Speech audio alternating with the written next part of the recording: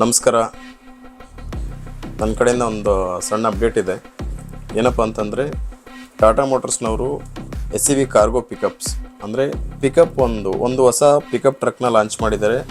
ಇದರ fuel type ಬಂದು ನಿಮಗೆ ಬೈಫ್ಯೂಯಲ್ ಬರುತ್ತೆ, ಅಂದರೆ CNG ಪ್ಲಸ್ ಪೆಟ್ರೋಲ್ ಬರುತ್ತೆ. ಇದೇ ಸೆಗ್ಮೆಂಟಲ್ಲಿ ಇದಕ್ಕೆ ಮೊದಲು ಕೂಡ ಗಾಡಿ ಒಂದು ಲಾಂಚ್ ಆಗಿ ರನ್ನಿಂಗಲ್ಲಿದೆ ಸಕ್ಸಸ್ಫುಲ್ಲಾಗಿ.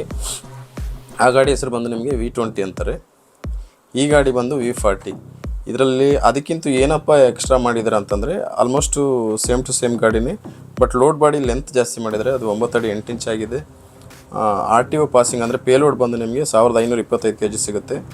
ಜೊತೆಗೆ ಟೈರ್ ಸೈಜ್ ಸ್ವಲ್ಪ ದೊಡ್ಡದಾಗಿದೆ. ಅದು 165 R14 ಇತ್ತು. ಈಗ ಈ ಗಾಡಿ ಬಂದು 185 R14 ಅಂದರೆ 14 ಇಂಚಸ್ ಟೈರೇ. ಸ್ವಲ್ಪ ಟೈರ್ ಸೈಜ್ ಅಂದರೆ ವಿಡ್ತಲ್ಲಿ ಒಂದು ಸ್ವಲ್ಪ ಜಾಸ್ತಿ ಆಗಿರುತ್ತೆ. ನಿಮಗೆ ಇನ್ನೂ ಸ್ವಲ್ಪ ಸ್ಟೇಬಿಲಿಟಿ ಜಾಸ್ತಿ ಸಿಗುತ್ತೆ. ಜೊತೆಗೆ ಲೋಡು ಸ್ವಲ್ಪನೂ ಜಾಸ್ತಿ ಕ್ಯಾರಿ ಮಾಡ್ಬೋದು.